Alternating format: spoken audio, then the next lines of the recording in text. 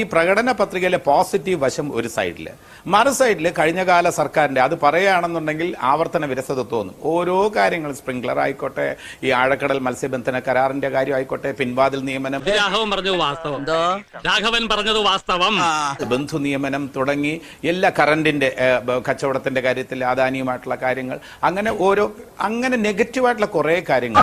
നാണം കിട്ട വർഗം. ശരത് ലാൽ, പിന്നെ ഷുഹൈബ് തുടങ്ങിയവരുടെ കൊലപാതകം, അങ്ങനെ മൈനസുകളുടെ ഒരു ഘോഷയാത്രയാണ് ഈ കഴിഞ്ഞകാല സർക്കാരിന്റെ ഭാഗത്തു നിന്നുണ്ടായത്.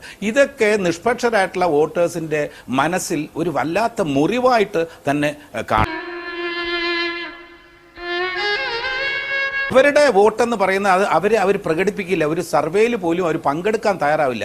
അവരുടെ ഒരു ഇറിറ്റേഷൻ, അവരുടെ ഒരു ഫ്രസ്ട്രേഷൻ രാഷ്ട്രീയത്തിനപ്പുറമായിട്ട് ഞാൻ പറയട്ടെ, എന്നെ ഏറ്റവും വേദനിപ്പിച്ച കാര്യം ഈ PSC റാങ്ക് ലിസ്റ്റിൽ ഉയർന്ന റാങ്ക് കിട്ടിയ ഒരു ഉദ്യോഗാർത്ഥി, 77ാം റാങ്ക് കിട്ടിയ അനു എന്ന ഉദ്യോഗാർത്ഥി ആത്മഹത്യ ചെയ്തു. ആത്മഹത്യ ഒരു സൊല്യൂഷൻ അല്ല ഒന്നിനും, പക്ഷെ എന്നെ ഏറെ സ്പർശിച്ച ഒരു കാര്യമാണ്.